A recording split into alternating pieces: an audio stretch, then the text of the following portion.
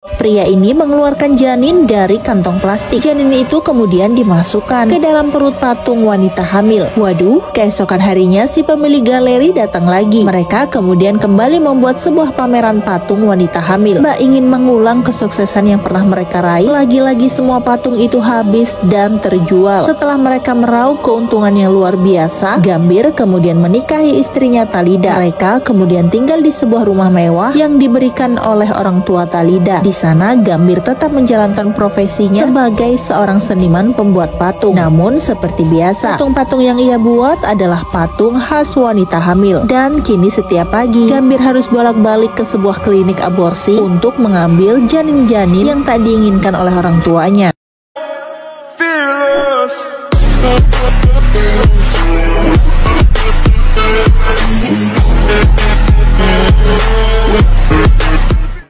Ada yang aneh dengan pameran patung berikut ini. Seorang seniman bernama Gambir. Dia adalah pencipta patung-patung itu. Dan istrinya seorang wanita yang cantik bernama Talida. Hanya dalam beberapa jam saja, patung-patung pameran itu habis terjual. Tentu saja hal itu membuat bangga seorang pemilik galeri. Tak hanya itu, Talida dan juga Gambir meraup keuntungan yang luar biasa. Namun dibalik semua kebahagiaan itu, ternyata Talida pernah hamil sebelum mereka melakukan pernikahan. Untuk menutupi rasa malunya, mereka kemudian mendatangi sebuah klinik aborsi. Gambir menanti dengan sabar Talida yang sedang berada di ruangan dokter. Tak lama kemudian kekasihnya keluar membawa sebuah kantong plastik berwarna hitam. Ketika Gambir masuk ke dalam mobil, ia melihat kekasihnya memeluk erat janin yang telah ia keluarkan. Lalu saat mereka berada di rumah, entah mengapa Talida terlihat terus melamun di depan satu buah patung ciptaan Gambir. Tak lama kemudian Gambir melihat tingkah aneh Talida. Ia pun bertanya apa yang sedang dilakukan. Talida kemudian mengungkapkan keinginan yang aneh, di mana ia ingin memasukkan janinnya ke dalam patung wanita hamil yang dibuat oleh Gambir. Tentu saja hal itu membuat Gambir sangat bingung dan menolak mentah-mentah keinginan Talida. Namun karena kecewa, Talida kemudian berusaha sendiri mengambil paha dan berusaha memecahkan patung perut wanita hamil itu. Sialnya malah tangannya yang terkena pahat hingga darahnya memuncrat ke dinding dan membuat Gambir menjadi emosi lalu menggergaji perut patung yang ia buat.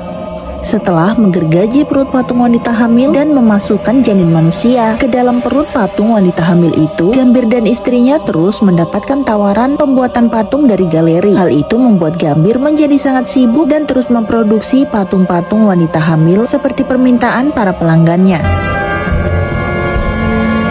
Hal itu juga membuat Gambir semakin sering datang ke klinik aborsi untuk mengambil pesanan janin-janin dari para orang tua yang tidak bertanggung jawab. Namun uniknya semua patung yang dibuat oleh Gambir semuanya adalah patung wanita hamil.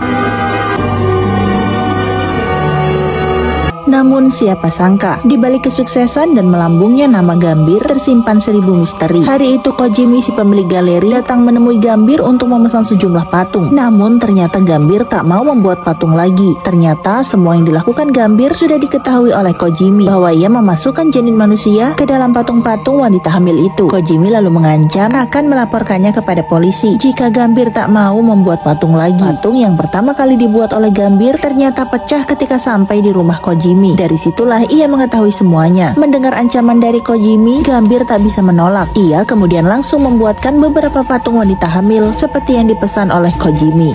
Hingga suatu hari saat Gambir kelelahan, tanpa sengaja ia menendang sebuah alat pahat lalu masuk di bawah lemari. Karena kesulitan untuk mengambil alat itu, Gambir lalu memutuskan untuk menggeser lemari itu. Kemudian terlihatlah sebuah pintu berwarna merah. Pintu itu dilengkapi dengan sebuah kunci yang sangat besar dan kokoh. Karena rasa penasarannya, Gambir kemudian mengambil alat untuk membuka pintu itu. Tapi tiba-tiba istrinya Talida muncul dan menghalangi niat Gambir. Talida kemudian memohon kepada Gambir agar jangan membuka pintu itu, sebab pintu itu mengandung sebuah hal yang akan membuat Talida sangat bersedih apabila pintu itu kembali terbuka. Gambir pun menyetujui apa yang diminta oleh istrinya untuk membuat agar pintu itu aman. Talida kemudian memasang sebuah lukisan mata agar tak seorang pun bisa membuka pintu itu. Suatu hari saat Gambir sedang makan di sebuah restoran, tiba-tiba ia melihat sebuah pesan kecil. Ketika ia menoleh ke arah keluar, ada sebuah tulisan seperti seseorang yang sedang meminta tolong. Bahkan saat ia sedang melakukan olahraga, tanpa sengaja di sana juga ia menemukan selembar kertas yang ketika dibuka mereka terdapat tulisan seseorang kembali meminta tolong. Gambir kemudian bertanya kepada teman-temannya. Namun di saat itu juga Gambir melihat seorang anak kecil yang kemudian berlari membawanya ke sebuah rumah kosong. Karena penasarannya, Gambir kemudian menelusuri rumah kosong itu hingga ia pun sampai di sebuah pasar. Setelah berjalan ke sana kemari mencari si anak, seorang nenek tiba-tiba menarik tangan Gambir. Gambir yang merasa nenek itu aneh lalu berusaha untuk melepaskan cengkraman tangan si nenek. Gambir kemudian melanjutkan perjalanan lalu kembali ke sebuah tiang di mana ia menemukan tulisan seseorang meminta tolong. Tulisan itu sudah ditutup dengan sebuah banner. Saat Gambir memeriksanya, di sana ia menemukan sebuah tulisan Herosase. Herosase adalah nama sebuah gedung yang berada tak jauh dari tempat Gambir tinggal. Lagi-lagi Gambir juga melihat tulisan seseorang meminta tolong. Dengan yakin Gambir pun memasuki gedung itu. Tapi sayang, tiba-tiba seorang resepsionis menghalangi langkah Gambir. Wanita itu mengatakan tidak semua orang bisa masuk ke dalam ruangan. Gambir pun diusir oleh para petugas keamanan. Tanpa sengaja, tiba-tiba Gambir melihat sahabatnya yang berjalan dengan santainya masuk ke dalam gedung itu. Saking penasarannya, Gambir pun menunggu hingga temannya itu keluar. Gambir lalu menanyakan gedung apakah itu. Meski awalnya temannya sempat marah, namun karena Gambir memaksa, akhirnya tanpa bicara sahabatnya pun mengajak Gambir untuk langsung masuk ke dalam gedung. Ternyata hanya orang-orang tertentu atau memiliki orang dalam yang bisa dengan mudah masuk ke dalam gedung. Gambir kemudian dipertemukan dengan seorang wanita. Wanita itu lalu memberikan sebuah buku merah. Ternyata buku itu berisi tentang sebuah perjanjian. Setelah itu Gambir pun diarahkan ke sebuah ruangan yang berada di lantai paling atas dari gedung itu. Saat memasuki gedung itu, Gambir diperlihatkan dengan sebuah layar kecil seperti televisi yang berisi siaran langsung. Di depannya ada sebuah buku merah yang bertuliskan buku menu. Ada banyak sekali menu di dalam buku itu. Saat Gambir memencet sebuah remote sesuai dengan menu di buku, tiba-tiba layar itu menunjukkan sebuah gambar seorang wanita sedang menjahit tangannya di sebuah kain. Ketika melihat pemandangan yang mengerikan itu, Gambir langsung tak tertarik dan hendak pergi dari ruangan. Tapi tiba-tiba gambar seketika berubah. Muncullah sosok wajah anak kecil di depan sebuah kamera. Anak kecil itu berteriak meminta tolong. Tapi tiba-tiba seorang perempuan menariknya lalu menyeret tubuh si anak. Usai melihat pertunjukan itu, Gambir kemudian menemui sahabatnya kembali. Ia tak mengerti tempat apakah itu sebenarnya. Pria itu lalu menceritakan bahwa itu adalah tempat yang dibuat khusus bagi orang-orang yang memiliki kelainan mental. Tentu saja tujuannya untuk menguji mental mereka. Karena rasa penasarannya, keesokan harinya si Gambir kembali lagi ke tempat itu. Ia kembali menghidupkan layar dan mencari gambar si anak kecil. Lalu muncullah di layar itu gambar si anak sedang tidur. Sang ibu yang kemudian datang untuk membangunkannya malah dikejutkan karena anaknya baru saja mengompol. Reaksi ibu sangat mengagetkan. Ia menyiksa anak itu tanpa belas kasihan. Tak lama kemudian ayahnya pun masuk ke dalam kamar. Namun bukannya membela si anak, ayahnya malah dengan brutal menghancurkan tempat tidur anaknya itu. Si anak kecil yang bersembunyi di sudut ruangan kemudian dipukuli menggunakan kayu dari serpihan tempat tidur. Sepulang dari menonton pertunjukan itu, Gambir mulai bersifat aneh. Ia tampak seperti depresi dan menangis sendirian. Mentalnya seperti mengalami gangguan. Teman-teman Gambir kemudian menceritakan bahwa Gambir melihat sesuatu yang tak seharusnya ia lihat. Itulah sebabnya mentalnya menjadi terganggu. Pada suatu ketika, Gambir mendengarkan percakapan orang-orang yang sedang membicarakan tentang anak kecil itu. Karena penasarannya, Gambir pun kemudian kembali ke tempat itu. Ia berusaha untuk mencari gambar si anak. Benar saja, anak itu kemudian muncul. Namun kondisi wajahnya penuh dengan luka. Ia menangis sambil mengelurkan tangannya kepada Gambir. Tak lama kemudian, si anak itu kemudian berdiri dari tempat duduknya. Ia kemudian mengambil sebilah pisau tajam. Anak itu lalu berjalan masuk ke dalam kamar orang tuanya. Mengejutkan, anak ini ternyata ingin membunuh ibu dan juga ayahnya. Kedua orang tuanya kemudian kesakitan, bersimbah darah. Melihat itu, Gambir seketika menjadi menangis dan histeris. Usai membunuh kedua orang tuanya, anak ini malah mengakhiri hidupnya sendiri dan mereka bertiga tewas bersamaan. Entah mengapa, melihat pertunjukan itu, Gambir seakan-akan mengalami hal itu. Mentalnya semakin terguncang dan ia pun semakin terpuruk. Di saat itulah secara mengejutkan, Gambir melihat nama istrinya di buku menu dan langsung mengeceknya di layar itu. Alangkah terkejutnya, Gambir melihat istrinya berjalan masuk ke sebuah kamar hotel yang ternyata sudah ada sahabatnya di dalam kamar hotel itu. Tentu saja hati Gambir sangat hancur melihat perselingkuhan yang dilakukan oleh istrinya. Setelah mencari tahu, ternyata semua itu justru suruhan dari ibu Gambir sendiri. Karena ibu Gambir menginginkan seorang cucu, ia mengizinkan menantunya untuk tidur bersama sahabat Gambir, bahkan kedua sahabatnya sekaligus. Selain itu, Gambir juga mendapati ternyata istrinya telah bekerja sama dengan Kojimi, si pemilik galeri, untuk memanfaatkan Gambir agar mereka mendapatkan keuntungan yang luar biasa. Sakit hati Gambir tak dapat dipungkiri. Bagaimana tidak, ia dihianati oleh orang-orang yang disayanginya. Gambir kemudian merencanakan sesuatu untuk memberi kejutan kepada mereka semua. Bertepatan dengan hari Natal, Gambir merayakannya dengan mengundang dua sahabatnya. Tak lupa juga Gambir mengundang ibu kandungnya dan juga Koh Jimmy. Lalu apakah yang sebenarnya Gambir rencanakan?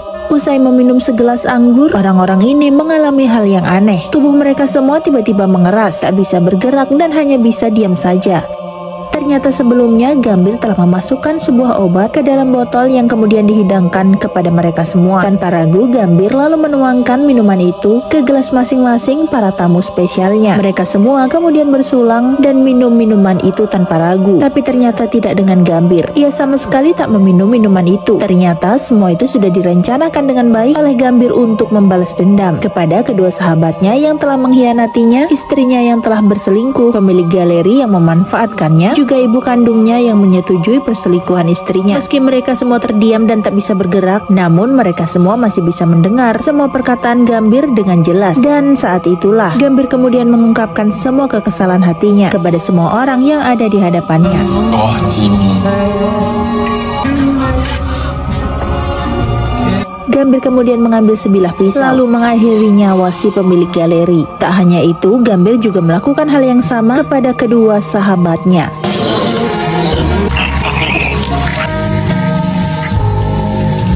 Kini giliran ibu kandung Gambir sendiri. Begitu sangat sakit hatinya Gambir karena ibunya telah menyetujui perselingkuhan istrinya agar mendapatkan keturunan. Gambir lalu memasukkan kepala ibunya ke dalam semangkuk es buah. Gambir kemudian menahan kepala ibunya hingga tewas. Seorang pria dengan tega menggunakan sebuah senapan untuk membunuh istrinya sendiri.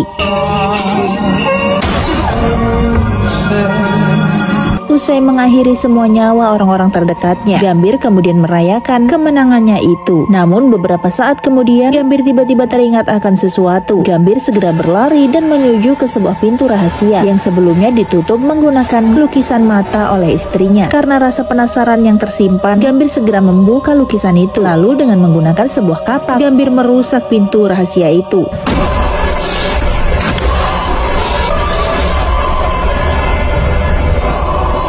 Alangkah terkejutnya Gambir saat melihat isi ruangan itu. Ternyata adalah tempat di mana seorang anak kecil yang ia lihat beberapa waktu lalu di sebuah CCTV. Di sana juga terdapat foto keluarga mereka bertiga. Juga kamar yang menjadi saksi bisu di mana satu keluarga itu tewas terbunuh. Semua yang ia saksikan di depan matanya adalah nyata dan benar-benar sama seperti yang ia lihat di layar. Lalu tak lama kemudian, anak kecil itu tiba-tiba bangkit kembali lalu berkata kepada Gambir bahwa ia telah gagal menyelamatkannya. Seketika pria ini pun terkejut. Namun aneh, ruangan itu tiba-tiba sunyi. Mayat-mayat itu menghilang, seperti tak pernah terjadi apapun di sana. Dan ternyata anak kecil itu adalah masa kecil si Gambir, di mana saat itu ia terlalu sering mendapatkan kekerasan dari kedua orang tuanya.